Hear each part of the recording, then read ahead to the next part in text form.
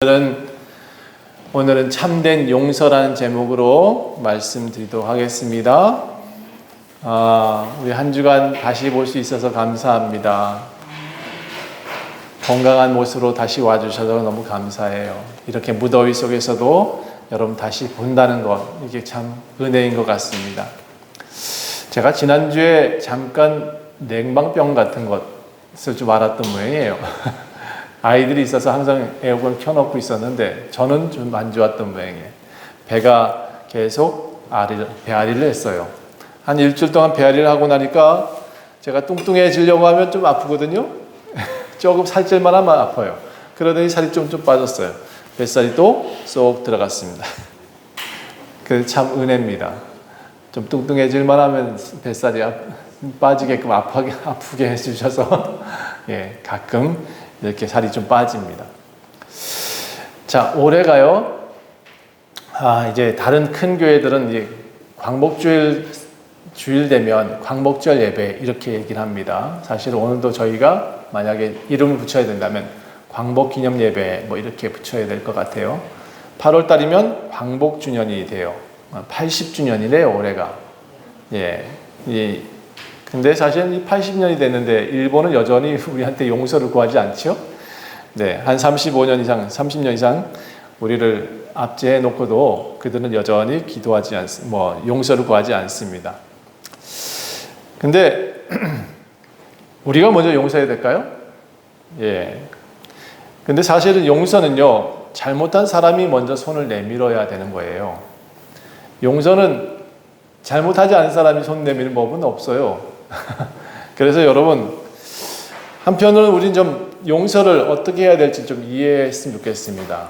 오늘 성경 말씀 보면 야곱이 에서한테 찾아가는 장면이 나오는데 어떤 용서를 해야 될지 한번 살펴보셨으면 좋겠어요. 지금 대한민국은 일본보다 잘 사는 나라가 되고 있다고 합니다. 물론 일본보다 작은 나라이기 때문에 그렇게 잘 산다 표현하기 좀 그렇지만 어쨌든 한 사람 한 사람은 더 잘 사는 것 같아요. 일본 식민지였던 대한민국이 이제는 선진국이라고 부르고 있거든요. 이 대한민국도 이제 선진국이라고 그래요.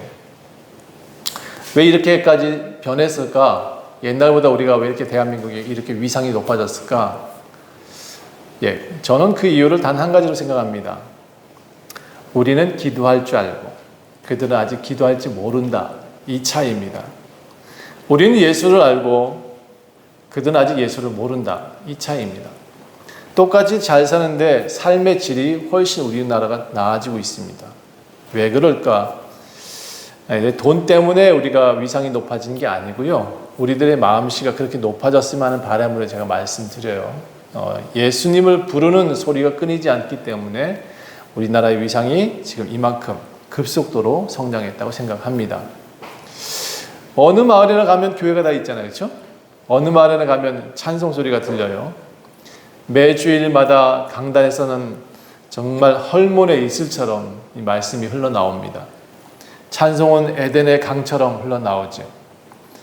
어느 시대보다 우리 조상들한테 다 돌아보세요. 어느 시대만큼 이렇게 아름답고 행복한 시대가 있었나. 옛날 우리나라 사람들이 남자 평균 연령이 어떻게 되는지 아세요? 56세, 57세, 60세 되기 전에 죽잖아요. 60세 되면 뭐예요? 환갑. 예, 다시 살아나는 것처럼 아주 기쁘게 잔치를 해주는 거예요. 그래서 오래 살았다고 환갑 잔치를 한 거예요. 근데 요즘 환갑 잔치 하면 어떻게 돼요? 욕 먹지. 요즘 80 잔치를 해야지. 요즘 좀 그나마 환갑 잔치는 욕 먹어요. 그래서 요즘 환갑이 없어지고 그나마 진갑 70세 좀 돼서 잔치를 하는 것 같습니다. 자, 그런데 여전히 우리나라보다 비참한 나라들 더 많죠. 여전히 한 60세면 다 죽는 나라가 있어요. 저 아프리카 쪽 가보면 나이가 우리나라보다 훨씬 젊은데 저하고 딱 되면 한 30세 아이가 저보다 더 늙어 있는 그런 나라가 있답니다. 자, 이렇게 비참한 나라들 공통점이 뭘까요? 예수 믿는 나라를 이렇게 파란색으로 그려보면 예수 믿는 사람들은 다 잘 살아요. 나라가. 근데 예수를 안 믿는 사람들, 우상 숭배하는 나라는 어떻게 되는지 아세요? 다 빨간색. 잘 못 살아. 인도부터 시작해서 이렇게 쭉 아프리카 계열에 예수 안 믿는, 그나마 아프리카에도 에티오피아 같은 나라는 잘 살아요. 왜? 예수님 믿는 사람들이 거기 살거든요. 에티오피아는. 그러니까 예수 믿는 사람과 예수 안 믿는 사람의 선이 딱 그어져요. 예. 비참한 나라들의 공통점은 예수를 모른다는 거예요. 가까운 북한을 봐도 우리나라 딱 절반 잘라놓고 위에 밤에 빛을 한번 보세요. 우리나라는 밝은데 북한은 깜깜하잖아요. 여러분, 예수 믿으면 우리는 이렇게 밝은 빛에 살 수 있습니다. 예. 제가 북한을 봐도 예수 참 안타까운 것 같아요. 이 북한 사정들이 참 안 좋은 것 같아요. 먹을 것이 없는 나라겠죠. 예. 근데 이 나라는 북한에서 예수님을 믿는다 그러면 어떻게 될까요? 예, 죽어요. 지도세도 모르게 예수 믿는다고 공포하고 다니면 죽습니다. 중국도 요즘 예수님 믿는다 그러면 자꾸 잡아간다 그래요. 교회, 지하교회를 만들지 못하게 탄압을 하고 있습니다.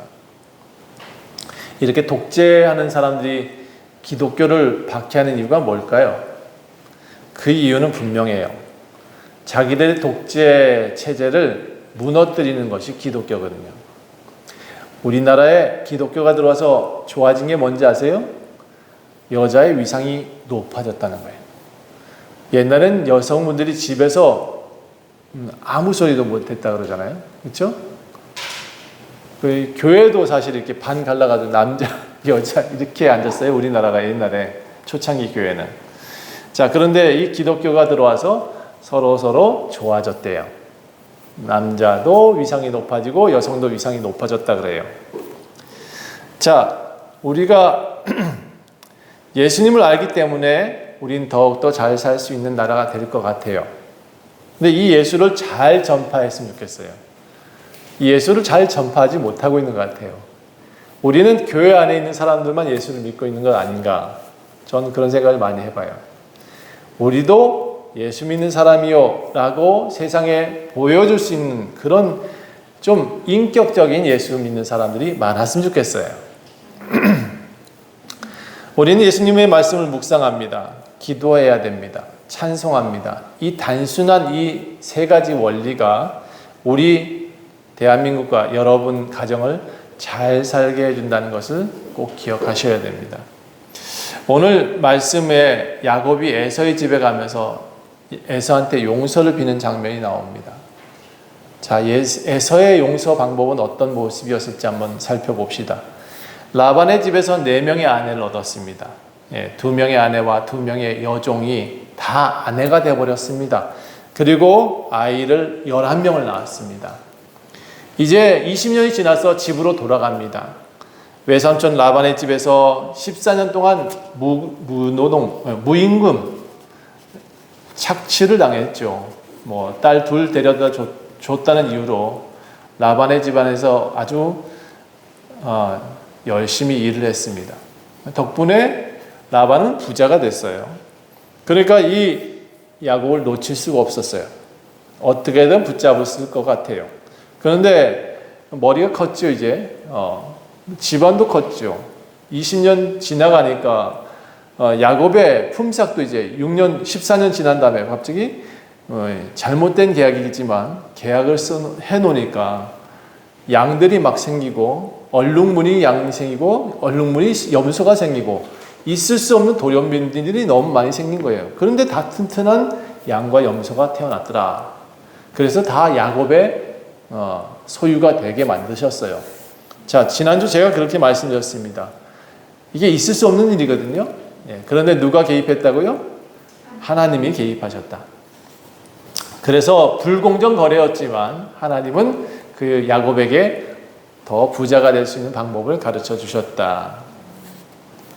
자, 다시 20년이 지나서 이제 자녀들 데리고 아내들 데리고 집으로 가겠다고 했습니다. 라반한테 언지는 했지만 언제 간다는 말도 안 하고 야반 도주를 했습니다. 왜?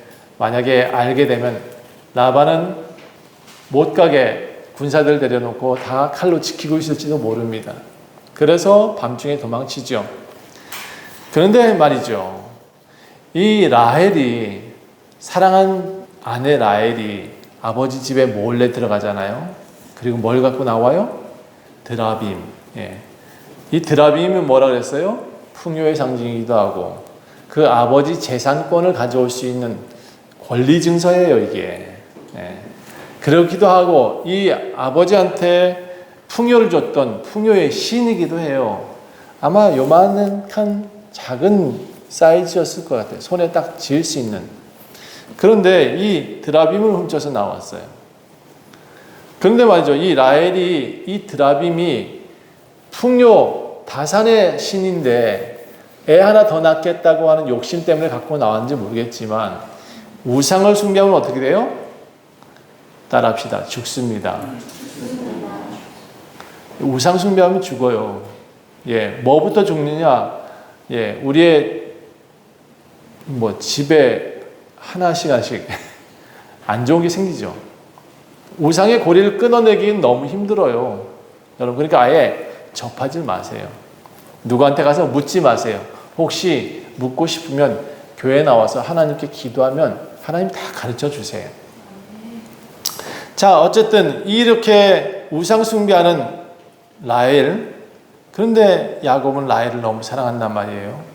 버릴 수 없죠. 어쨌든 타일렀겠죠. 나중에 발견하고 혼냈겠죠. 그런데 그 과정은 성경에는 없어요. 그런데 이 라헬은 이 드라빔을 아버지 집에 돌려주고 오지 않았어요. 가지고 왔어.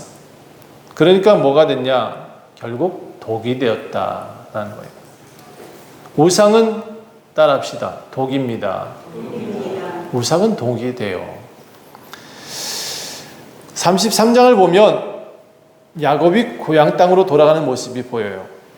그런데 고향 땅으로 돌아가면서도 계속 두려워요. 야곱은 계속 형 에서가 지금 두려워요. 형이 지금 칼을 들고 나와서 400명이 따라 나왔다는 얘기를 들었어요. 이미 종들이 다 전했어요. 400명이나 되는 장정들이 와가지고 칼 들고 있다. 그러니까 형과 이제 칼싸움을 해야 될 상황이니까 얼마나 두려워요. 나는 싸우고 싶지 않는데. 지금 야곱은 지금 형한테 너무 잘못한 것이 너무 많은데. 그래서 그 두려운 마음에 하나님께서 골짜기의 마하나임이라고 천사들 아주 보여주셨어요. 내가 너 옆에 지키고 있다. 또 하나님이 직접 오셔가지고 약복 강가 나루에서 싸워도 주셨어요. 씨름도 해주셨어요. 내가 너와 함께 있을 테니 걱정하지 마. 그런데 하나님은 이상하세요. 이렇게 용기를 주시고 뭔가 칼을 들려주시고 전쟁에서 이길 것처럼 하시는데 에서한테 다가서서 전쟁을 원하고 계시지 않아요. 어떤 방법으로 이기게 하실까요? 어떤 방법으로 야곱을 이기게 하실까요? 씨름을 했는데 야곱한테 이기지 않으시고 져줘요. 예. 안 넘어지시는 것만 한 밤새도록 씨름했다라고 돼 있어요. 그게 해 뜨니까 나 갈래. 놔줘라. 안 놔줘요. 저한테 축복하실 때까지 안 놔줄 거예요. 그래서 축복을 해요. 그런데 그 사이에 안 놔주니까 하나님이 이 둔부의 심줄을 끊었다 그래요. 위골됐다, 뼈가 어긋났다라는 얘기가 들려요. 근데 이걸 어떻게 질질 끌고 이제 다니는 거예요. 평생 저는 야곱이 저렇다라고 생각을 해요. 지금 에서한테 가야 되는데 멀쩡하게 걸어가도 이길까 말까 하는데 다리가 끊어졌어요. 힘줄이 끊어져서 질질 끌고 다닐 수밖에 없어. 자, 아픈 다리를 끌고 형한테 가야 돼. 그런데 여전히 두려워요. 그래서 혹시 몰라서 여종들과 자식들 먼저 앞세워요. 그리고 레아와 그 자식도 그 뒤에 세워요. 순서를 보세요. 종들의 자식들 앞세우고 이렇게 앞세워요. 맨 뒤에 라헬과 요셉을 둬요. 혹시라도 모르면 도망갈 수 있게 하려고. 그런데 사실은 옛날과 좀 달라졌어요. 약복강가에서 씨름하고 난 다음에 야곱은 맨 뒤에 있었다가 이렇게 이번에는 맨 앞으로 가요. 그래, 죽어도 내가 먼저 죽을 거야 라는 마음으로 생각이 바뀌어요. 에서가 가까이 보일 때쯤에 야곱은 형을 향해서 7번 절을 해요. 여기서 7번 절했다는데 땅에다가 머리를 쾅 엎드려 땅에 머리가 닿을 때까지 절을 했다는 거예요. 7번 절을 하고 있는데 보니까 에서가 말해서 이렇게 쳐다보고 있으니 저면치 야곱이 오고 있는데 7번 절하는데 한 번 일어설 때마다 다리를 저네. 질질 끌고 와서 또 절하고 또 질질 끌고 와서 또 절하고. 에서가 보기에, 형 에서가 보기에 그 야곱을 지금 혼내고 싶겠어요? 갑자기 에서는 눈물이 막 납니다. 말에서 내려서 야곱을 안습니다. 야곱아, 너 어떻게 하다 이렇게 됐냐 하고 달려오는 거예요. 사실은 여러분, 야곱이 누구예요? 에서의 발목을 잡고 태어난 아이예요. 평생 에서의 발목을 잡을 수 있는 아이였어요. 그리고 아버지 축복도 가르쳤어요. 항상 에서의 발목을 잡은 사람이에요.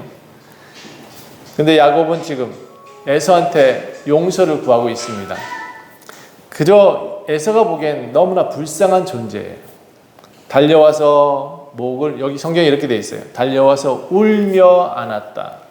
그리고 목을 어긋 맞추고 입을 맞추더라. 그리고 한참 동안 둘이 부둥켜 안고 엉엉 울었어요. 내 동생 야곱, 그 당당하던 녀석이 왜 이렇게 됐냐 하면서 엉엉 울고 있는 거죠. 둘 다 나이가 들었어요. 이제 60이 넘었으니까. 한참 울다 보니까 에서가 눈을 이렇게 들었는데 꽤 많은 여인이 보이는 거예요. 이 여인들이 누구냐? 꽤 많은 어린아이들이 보이는 거예요. 이들이 누구냐? 장성한 이도 있고 아주 갓난아이가 애도 있네. 에서가 묻습니다. 저들은 누구냐? 네, 형님, 하나님이 주의 종에게 주신 은혜로 주신 자식들입니다. 이 여종들이 그의 자식들과 이제 하나씩 나와서 절을 하기 시작합니다. 왜? 에서가 지금 용서했거든요. 이제 위험이 사라졌어요. 그러니까 하나씩 나와서 절을 해요. 레아의 자식들, 여종의 자식들 먼저 나왔으니까 인사하고, 레아의 자식도 나와서 함께 인사하고, 그 후에 요셉과 라헬이 나와서 절을 합니다. 형 에서가 참 이제 극진히 대접을 받고 있잖아요. 여러분, 용서받으려면 이렇게 극진해야 되는 거예요. 형 에서가 이제 여러 무리들을 먼저 봤어요. 종들이 오기 전에 이상하게 한 무리 한 무리 이제 선물들을 막 보냈단 말이에요, 먼저. 왜? 에서의 마음을 그나마 좀 녹여보려고 그랬던 것 같아요. 에서는 야곱의 뜻을 나중에 알게 됐어요. 그리고 우리 이제 너 나하고 함께 살자 이랬는데, 형님, 저는 이제 같이 살 수는 없어요. 아직 양떼들이 너무 많고 천천히 갈게요. 저는 이 과정 속에서 보면서 여전히 에서를 두려워하고 있구나라는 생각을 좀 해봐요. 에서는 분명히 야곱을 용서했다고 하지만 계속해서 두렵다라는 생각을 갖고 있는 것 같아요. 그래서 천천히 갈게요 라고 말을 합니다. 자, 그런데 에서한테 야곱이 뭐라 그랬냐면 형님 이렇게 부르지 않아요. 내 주님이라고 불러요. 내 주인에게 내가 나아갑니다. 자, 이 야곱이 어떤 사람이었어요? 형 에서한테 팥죽 한 그릇 끓여가지고 형을 속여먹은 사람이잖아요. 아버지한테 축복을 받기 위해서 양털을 팔에 메고 목에다 메고 에서인 척 해가지고 축복받은 아주 그런 사람 아니에요? 예, 이런 사람을 우리가 뭐라 그래요? 야비하다라고 야같다라고 하고 비겁하다고 하기도 하고. 그래서 야곱은 비겁한 사람의 대표적인 인물 중에 하나예요. 그런데 이 사람이 하나님의 복을 받아요. 왜? 저는 처음에 성경 읽을 때 이 성경 읽으면서 야곱의 성품을 보고 너무 화가 났어요. 에서가 낫지. 에서가 얼마나 듬직해. 에서가요, 사실은 아버지를 끝까지 모시고 살아요. 리브가를 끝까지 먹여요. 자기를 속인 리브가 어머니를 끝까지 봉양을 해요. 에서가 낫잖아요, 인간적인 면에서는.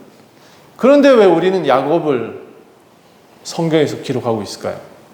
왜 야곱을 더 높이고 있을까요? 여러분, 사람 관계도 굉장히 중요해요. 부모 자식 간의 관계 굉장히 중요해요. 그런데 따라합시다. 하나님과의 관계도 굉장히 중요해요.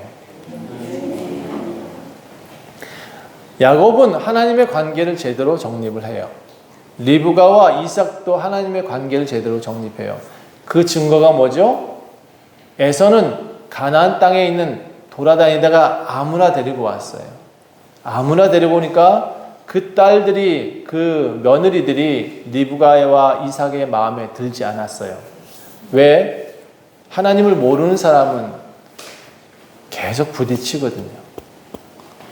그러니까 결과적으로 리브가는 야곱한테 부탁을 해요. 너는 내 조부, 하나님을 아는 민족한테 가서 또는 내 집안과 함께 결혼을 했으면 좋겠어. 적어도 부모 말을 듣는 자식 야곱이 낳은 거죠.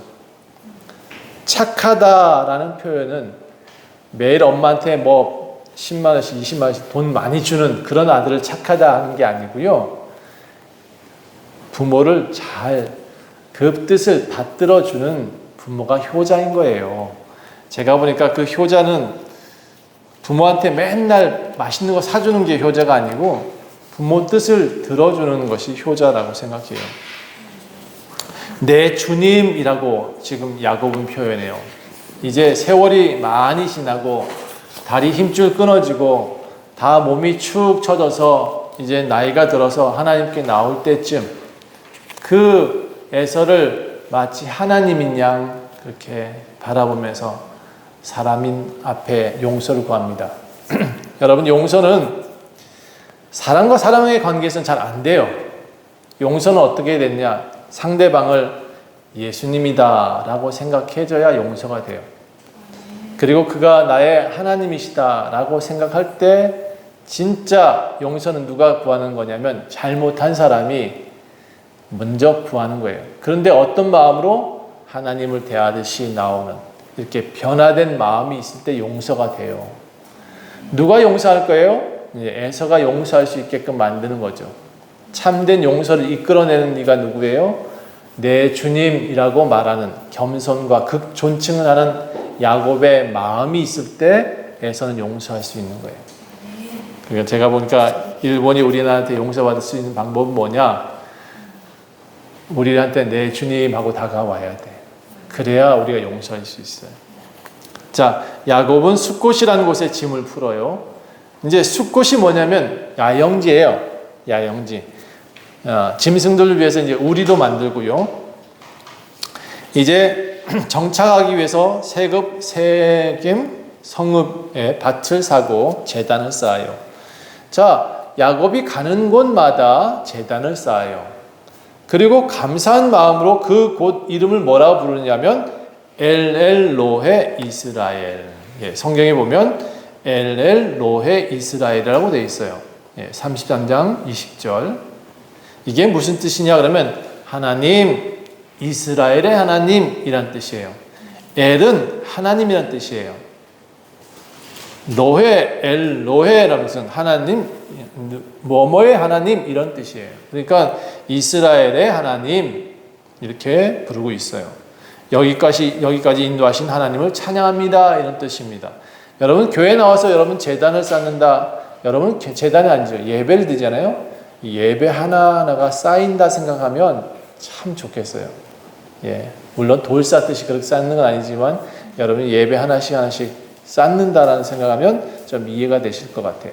그럼 교회 나올 때 뭐 하느냐? 엘로헤 이스라엘 이렇게 항상 찬양하신다는 거죠. 자, 그리고 이렇게 평안한 생활이 시작되는가 싶었는데 어느 날 이 늦게 낳은 딸 하나 아이가 천방지축이에요. 꽤 성숙했을 것 같아요. 한 15세 이상 넘은 것 같아요. 이 애가 부모한테 알리지도 않고 그 동네를 막 돌아다녔어요. 부모한테 알렸으면 꼭 형제를 따라서 보냈을 텐데 그날따라 이 아이가 도망치듯이 그냥 희위족속 땅에 막 들어가가지고 헤집어 놨어요. 그랬더니 뭐예요? 그 땅의 추장의 아들이 그 여자를 디나를 보고 너무 반했어요. 그리고 몹쓸 짓을 했어요. 그리고 집을 돌려보내진 않았어요. 이 일로 인해서 야곱의 집이 발칵 뒤집어져요. 하몰, 그 땅의 세겜의 아버지 하몰은 어떻게든 결혼시키려고 노력을 해요. 그런데 이방인한테, 우리 정혼자가 아닌 사람한테 딸이 문제가 생기니까 이 야곱의 아들들이 우리가 이렇게 하면 안 돼 라고 하고는 그 세겜의 집에 약간의 속임, 수를 쓰고 할례 받지 않으면 우리와 결혼 못해 라고 말을 했거든요. 다 할례를 받겠다 하고 할례를 받아요. 그런데 그 사이에 오빠 두 사람이 칼을 차고 가가지고 그들이 아파하는 동안에 다 죽여버려요. 남자들 싹 죽여버려요. 그러니까 그 다음에 디나를 데리고 와요. 자, 이렇게 전쟁이 일어나기 직전이 되었어요. 그런데 35장에 보니까 이렇게 야곱이 또 한 번 두려움에 쌓여 있어요. 이제 도대체 어떻게 될지 모르겠다. 이제 너네들이 이렇게 들쑤셔나서 우리 지금 다 우리를 전쟁하러 들어올 텐데 어떻게? 라고 막 두려워하는 순간 하나님이 말씀하세요.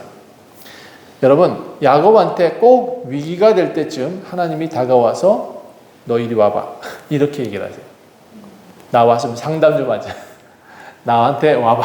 꼭 불러가지고 위기 때마다 하나님이 이렇게 얘기를 하세요. 근데 그 위기 때마다 야곱이 한 패턴이 있어요. 형 에서가 향해 나올 때 너무 무서웠잖아요. 무섭고 떨릴 때 하나님이 용기를 주시기 위해서 제단을 쌓게 만드셔요. 그리고 하나님과 씨름하게 하셔서 하나님을 경험하게 하세요. 여러분, 세상의 위험에서 이길 수 있는 방법은 뭐냐면 하나님을 경험하는 겁니다. 따라합시다. 하나님을 경험해야 세상을 이길 수 있습니다. 여러분, 하나님을 경험해야 하나님이 세상을 이기게 해주세요. 파도를 무너뜨릴 수 있는 방법은 예수의 손을 잡아야 되는 것과 같아요. 오늘 야곱은 딸 디나 때문에 모든 사람이 적이 될 가능성이 이제 생겼어요. 전쟁을 준비해야 될 상황이에요. 이제 애들도 다 죽게 생겼구나. 이런 상황이었어요. 그때 35장을 보세요. 2절과 4절에 함께 읽어봐야 될 것 같아요. 35장 2절, 일단 4절까지 함께 읽겠습니다. 야곱이 이에 자기 집안 사람과 자기와 함께한 모든 자에게 이르되 너희 중에 있는 이방 신상들을 버리고 자신을 정결하게 하고 너희들의 의복을 바꾸어 입으라. 우리가 일어나 베델로 올라가자. 내 환난 날에 내게 응답하시며 내가 가는 길에서 나와 함께 하신 하나님께서 내가 거기서 제단을 쌓으려 하노라 하매 그들이 자기 손에 있는 모든 이방 신상들과 자기 귀에 있는 귀고리들을 야곱에게 주는지라. 야곱이 그것들을 세겜 근처 상수리 나무 아래 묻고. 하나님이 1절에 뭐라 그랬냐면 야곱아 베델로 올라가서 내 형 에서를 피해 도망했던 것처럼 하나님께 이제 제단을 쌓아라 이렇게 얘기를 했어요. 제단을 쌓아라 하니까 야곱이 집안에 있는 모든 우상 제물들, 우상으로 비춰지는 모든 건 싹 쓸어버려라. 먼저 이렇게 말을 해요. 그리고 다 옷을 의복을 갖게 정결하게 입고 다 나를 따라와 이렇게 말했습니다. 자, 여러분 집안이 살려면 이렇게 하셔야 됩니다. 집안의 우상을 싹 쓸어버리고요. 다 불태워버린 다음에 깨끗한 옷 입고 교회당으로 나와야 돼요. 그러면 그때부터 하나님이 일을 해주세요. 여러분 인생의 이 야곱의 인생의 패턴을 보면 굉장히 어려운 상황일 때마다 제단을 쌓아요. 굉장히 힘들 때마다 야곱은 하나님 전에 불러다가 하나님이 제단을 쌓게 하시고 하나님 음성을 들려줘요. 이 사건이 지금 우리에게도 모두 다 해당돼요. 삶의 어려움이 닥치고 큰 문제가 닥치고 우리가 아둥바둥해야 될 그 상황이 닥쳤을 때는 제일 먼저 거기에 먼저 마음 쓰지 마세요. 교회에 나오세요. 그리고 기도하세요. 야곱이 제단을 쌓았던 것처럼 여러분도 문제가 있을 때마다 교회에 나오는 습관을 들여야 돼요. 오늘 여러분이 돌을 모아오라는 얘기 아니에요. 여기다 돌 많이 쌓으면 큰일 나죠. 돌 쌓지 말고 뭘 쌓으라 했어요? 따라합시다. 마음과 정성과 뜻을 쌓읍시다. 교회에 나와서 기도하는 것, 예배하는 것, 여러분이 지금 하나하나 쌓아나가는 돌과 같습니다. 그런 제단인 거죠. 삶에 문제가 있을 때마다 교회에 나와서 기도하고 찬송하세요. 이것이 하나님께서 기뻐하시는 제단입니다. 그래야 문제가 해결돼요. 자, 이 말이 제 말이 아니라 창세기부터 요한계시록까지 쭉 이어지는 맥락입니다. 이 맥락은 하나님께서 원하시는 것은 돈도 아니고, 여러분 많이 교회 큰 거 짓는 것도 아니에요. 여러분 한 분 한 분이 성전 내고 마음과 정성과 뜻으로 매일매일 하나님께 나아가는 그런 모습인 거예요. 이 베델의 제단을 쌓고 그곳 이름을 뭐라고 불렀냐면 엘베델이라고 했어요. 하나님의 성전이라는 뜻이겠죠. 엘베델. 야곱이 형을 피해 도망하여서 피할 때에도 하나님께서 나타나셔서 위로했던 그곳이에요. 항상 제단 옆에서 하나님을 위로해 주셨어요. 이제는 야곱의 모든 가족이 이제 위로를 받는 곳이 되었습니다. 그러므로 여러분, 하나님께 위로받는 사람이 복이 있는 것 같아요. 인생에 단 한 번이라도 하나님 품에 들어가 본 사람이 가장 행복한 거예요. 야곱의 삶을 보면 참 버라이어티합니다. 여러분도 그렇게 살아요. 버라이어티하게 살아봐요. 뭐 하지 말라면 안 하고 하라면 할까? 제가 보니까 많은 사람들이 돈 있으면 많이 쓰고 살고 열심히 쓰고 살고 여행도 많이 다니고 해보더라고. 그런데 결국 어른들의 이야기는 다 해봤는데 내가 하나님 품에 있을 때 가장 행복하다 이렇게 표현해요. 여러분은 뭐 그럴 만한 나이는 아니지만 다 해보고도 꼭 기억해야 될 건 하나님 떠나지 않겠다. 나는 절대로 하나님 떠날 수 없다. 그 마음 가진 사람만이 하나님 앞에서 진정한 복을 누리고 행복을 누리고 사는 거예요. 자, 그런데 여러분 35장 8절에 보니까 갑자기 툭 하고 튀어나온 메시지가 하나 나와요. 이거는 여기 안 나와도 될 만한 내용인데 갑자기 툭 튀어나왔어. 왜일까요? 35장 8절 보세요. 보니까 리브가의 유모 드보라가 죽음에 그를 베델 아래에 있는 상수리 나무 밑에 장사하고 그 나무 이름을 알론 마굿이라 불렀더라. 곡함의 상수리 나무다. 자, 여기에 갑자기 왜 유모 드보라가 등장할까요?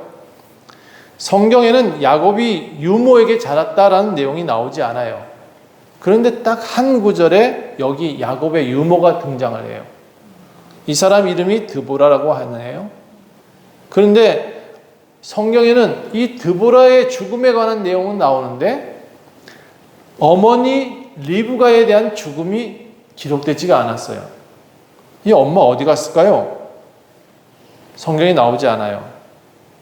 자, 제가 약간의 유추를 해보면 야곱이 받을 죄가 있으면 나한테 돌려 하고 리브가가 야곱한테 아버지를 속이자라고 직접적으로 말한 장본이죠. 그래서 이 야곱한테 죄가 있을 거면 자기한테 돌려. 그러니까 여러분 이런 말 함부로 하는 거 아니에요. 야곱이 받을 죄를 나한테 돌려 이랬더니 성경에 그 다음에 이름이 빠져버렸어요. 그리고 어떻게 죽었는지 기록이 안 나와요. 대신 유모가 등장한다니까요.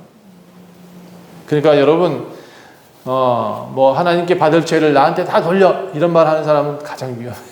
하지 말아요, 그건.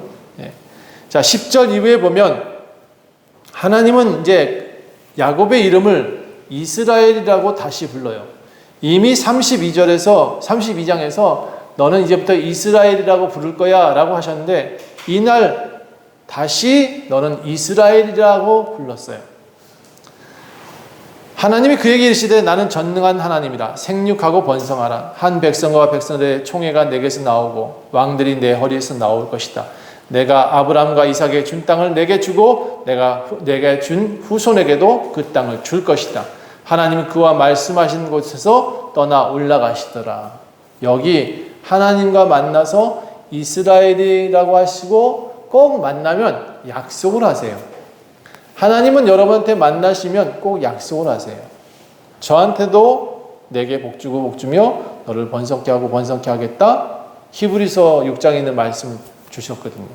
제 평생에 잊어버릴 수 없는 말씀이거든요. 여러분, 그 약속을 듣는 자가 복이 있는 것 같습니다. 야곱은 자기와 함께 말씀하신 곳에 다시 돌기둥을 세워서 그곳을 베델 성전을 만듭니다. 여러분, 야곱에게 이 돌무더기는 성전이었고 교회였습니다. 여러분이 세웠던, 이 야곱이 이렇게 성전 세웠던 것처럼 여러분도 자기만의 성전이 필요해요. 뭐 교회에다가, 이게 집에다가 뭔가 돌무더기 쌓으라는 얘기가 아니고요. 이게 다시 말씀드리지만 여러분의 베델은 교회예요. 교회에 올 때마다 한 번 여러분의 돌을 쌓는다라고 생각하고 나오시면 좋겠어요.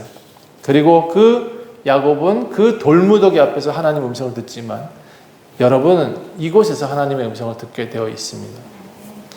여러분, 하나님 만나고 제단을 세웠어요. 그런데 삶의 문제가 다 해결이 됐을까요?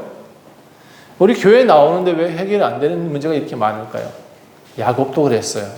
야곱을 보면 이 35장 이 문제가 다 해결된지 알았는데 35장 중반쯤 보면 16절에 보니까 성전 다 쌓았는데 집에는 큰 문제가 생겨요.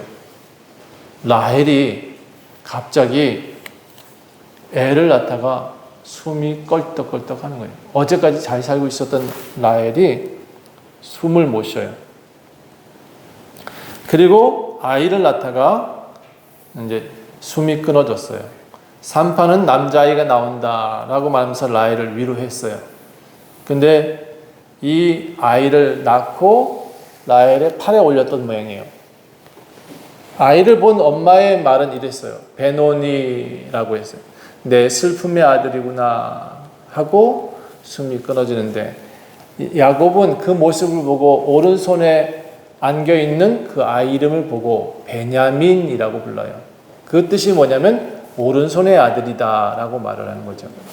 그래서 라헬 손에 항상 안겼던 아이 이름 베냐민을 참 사랑해요. 요셉과 베냐민을 너무너무 사랑해요. 이게 라헬이 죽은 다음에 더 편애가 심해져요. 야곱의 편애는 라헬의 죽음을 통해서 더 편애가 심해졌다고 저는 생각을 해요. 잠시 이렇게 뭐 열심히 예배드리고 교회 잘 나오는데 왜 이렇게 몸이 아플까? 다 그럴 수 있다 생각해야 돼요. 어쨌든 야곱의 문제가 아니에요. 라헬의 문제예요. 라헬이 드라빔을 가지고 나왔기 때문에 그의 죄대로 빨리 죽을 수밖에 없었다. 저는 그렇게 생각을 해요. 35장이 마무리되고 보아지면 마무리된 27절에 보면 이삭의 죽음이 또 나와요. 이삭의 나이가 이제 180세가 되었다 그래요. 올해도 살았다 그렇죠? 180세까지 살았어요. 이삭은 에서한테서 호의호식하며 살았어요. 리브가도 에서한테서 살았어요. 사랑하는 아들 에서에게 매일 좋은 거 먹고 살았어요. 그러니까 참 행복한 삶인 것 같아요. 잠시 아들 떠나보내야 되는 그런 아픔도 있었지만 야곱이 대를 이어줬잖아요. 그 야곱 때문에 더 행복했을 것 같아요. 노년에는. 근데 잘 이해 안 되는 부분이 있어요. 왜 야곱한테 노년을 맡기지 않고 에서한테 의탁해서 살았을까? 왜 에서한테 평생을 살았을까요? 야곱이 돌아왔잖아요. 60세 이상 되었으면 꽤 이제 나이가 뭐 물론 한 20년 이상 야곱한테 살 수가 있었는데 그렇게 안 됐어요. 야곱은 계속 에서에게 살았어요. 그리고 좀 이상해요. 이삭은요 아내를 한 명만 뒀어요. 아브라함도 아내를 여러 뒀는데 이삭은 리브가 한 명만 두고 살았대요. 다시 결혼했다는 기록이 없어요. 자, 왜 그랬을까? 제가 생각해 보니까 이 야곱을 축복한 게 굉장히 미안했을 것 같아요. 에서의 입장에서는 내가 너와 함께 있어야 하나님이 복을 주신다 이렇게 생각했는지도 모르겠어요. 실제 이삭한테 하나님이 복 주신다고 했고 그래서 에서도 거부가 돼요. 그래서 더 이상의 아내도 두지 않고 오직 에서를 위해서 살았고 에서를 위해 기도하지 않았을까라고 생각을 해요. 그 미안함 때문이 아니었을까. 아무튼 야곱과 에서는 이제 모두 다 부자가 됐어요. 각각 민족을 이룰 만큼 거니는 사람도 가솔도 많아졌어요. 35장 23절부터 26절까지 야곱의 자녀들이 나옵니다. 이 누구가 있고, 야곱의 아들이 이제 12이라고 되어 있죠. 이렇게 받다 남은 마지막 아들까지, 베냐민까지 쭉 설명해 나가고 있습니다. 그리고 36장에 보면 야곱의 자손보다 에서가 나오죠. 에서의 자손이 여기서 이제 끝납니다. 에서에 대한 내용은 여기서 다 끝나는데 에서의 자손에 대한 얘기가 엄청 길죠. 네. 36장의 에서의 자손은 아마 이삭의 마지막 선물인지도 모르겠습니다. 이와 같이 잘 되어지는 모습을 보고 이삭은 열조에게 돌아갔다. 제가 이 말씀을 보면서 이런 생각이 들었어요. 우리 교회 성도님들은 마지막 죽음 가운데 하나님이 복을 많이 보여주셨으면 좋겠다. 우리 자녀들이 모두 다 잘 되길 소원합니다. 네, 그렇게 아주 행복한 죽음을 맞이하는 이삭의 모습을 보고 있습니다. 나름 자식을 떠나려 보내는 아픔도 있었고요. 리브가의 죽음도 보고 갖기 어려운 모든 일들을 많이 보긴 했지만 제가 보니까 성경에서 이삭처럼 행복한 삶이 없어요. 제가 보니 그렇습니다. 우리들의 인생도 하나님 안에 살게 되면 결국 하나님 품에서 눈을 뜨게 될 것 같아요. 야곱은 또 이삭은 모두 다 죽어서 하나님 품에 있겠죠? 우리도 그렇게 될 줄 믿습니다. 야곱의 삶을 보면 결코 떳떳한 삶이 아니에요. 하나님께서 함께하지 않았다면 절대로 그 사람은 사람다운 사람이 아니에요. 야곱처럼 비겁한 사람이 어디 있어요? 참 이렇게 악한 사람이 없을 것 같아요. 그런데 분명히 말씀드려요. 하나님과의 관계를 정립한 사람은 어떻게 돼요? 형 에서한테 나오듯이 이제 완전히 겸손해져서 삶이 바뀌어요. 살다 보면 하나님과 함께 살다 보면 이렇게 겸손해지는 것 같아요. 어떤 사람이었을까요? 야곱을 속여서 에서를 속여서 장자권 빼앗았던 그런 사람이었고 아버지를 속이고 축복을 받은 사람이었고 어머니한테 죄를 돌리면서 도망치듯 살았던 사람이었고 외삼촌 라반한테 14년 동안 무임금으로 노동하고 갈질당했던 어려움을 당했던 그런 사람. 그런데 그 과정 속에서 어려움 속에서 하나님을 만나고 하나님과 함께 살았어요. 여러분도 똑같습니다. 어려운 삶을 살았어요? 고난의 삶을 살았어요? 그러면 이제는 야곱이 아니라 이스라엘로 살게 됩니다. 그래서 교회는 성도들은 좀 겪어야 돼요. 제가 보니까 인생은 좀 겪어야 사람이 되는 것 같아요. 그렇지 않아요? 네. 하나님과 동행하며 사는 게 중요해요. 따라합시다. 하나님과 동행합시다. 그는 나중에 어떻게 돼요? 아주 겸손한 이스라엘로 돌아오죠. 남의 발목 잡는 사람이 아니라 하나님 앞에 엎드려서 기도할 수 있는 그런 이스라엘. 우리도 그런 이스라엘이 되셨으면 좋겠습니다. 그는 형 앞에서 엎드려 용서를 구하는 사람이 되었습니다. 여러분 완벽한 사람은 없어요. 살면서 점점 사람이 되어가는 것 같아요. 제가 보니까. 살면서 그런데 또 한편으로는 많은 괴물도 보여요. 어떻게 그렇게 괴물이 되어가나 점점점 제가 보니까 딱 한 가지인 것 같아요. 하나님이 있는 사람은 사람 되고 하나님 없는 사람은 괴물 돼요. 제가 보는 입장은 그렇습니다. 동의할 수 없는 분도 계시겠지만 야곱은 나중에 약해져서 돌아와요. 몸도 다 상해서 돌아와요. 그러나 그는 하나님 안에서 강한 사람이 돼서 돌아와요. 하나님께서 이렇게 사람을 바꾸어 놓는 재주가 있으시더라고요. 저도 그래서 바뀐 사람 중에 하나입니다. 젊을 때 저도 호기로 살았고 패기로 살았는데 지금 이 나이쯤 되니까 그 오기와 패기와 이런 게 다 없어졌어요. 그냥 요즘은 하나님 그냥 살아요. 제가 하나님 품에서 날마다 걷습니다 하고 살고 있습니다. 남의 발목 잡을 인생이 아니라 이제 하나님의 남은 생애를 하나님과 함께 살아가기를 소원하고 있습니다. 여러분도 그렇게 살고 있겠죠? 예. 여러분 하나님과 겨루어 이스라엘이 무슨 뜻이냐 그러면 이제 마지막으로 이스라엘이라는 이름 불려야 된다 그랬잖아요. 모두가. 예. 그게 뭐냐면 하나님과 겨루어 이겼다는 뜻도 있지만 하나님께서 다스리신다라는 뜻도 있습니다. 이스라엘은 이제 하나님이 다스려가는 인생입니다. 그래야 진정한 용서를 구할 수 있습니다. 내가 엎드릴 수 있고 내가 기도할 수 있는 인생이 행복한 인생입니다. 기도하겠습니다. 하나님, 우리가 옛날에는요, 패기가 있었어요. 오기도 있었어요.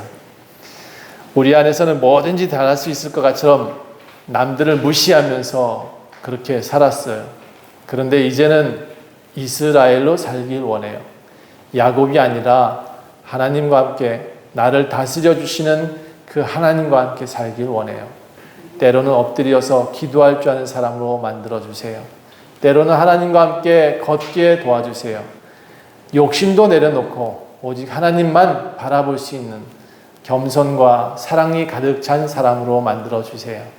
이제 우리 교회 성도님들 모두 다 남은 생애가 행복하고 또 이삭이 그렇게 자녀들을 보았던 것처럼 아름다운 자녀들 모습 보고 하나님께 돌아갈 수 있는 그런 존귀한 인생이 되게 도와주세요. 여기 모인 모든 이들을 축복하시길 간절히 원하옵고 예수 그리스도의 이름으로 간절히 기도했습니다. 아멘.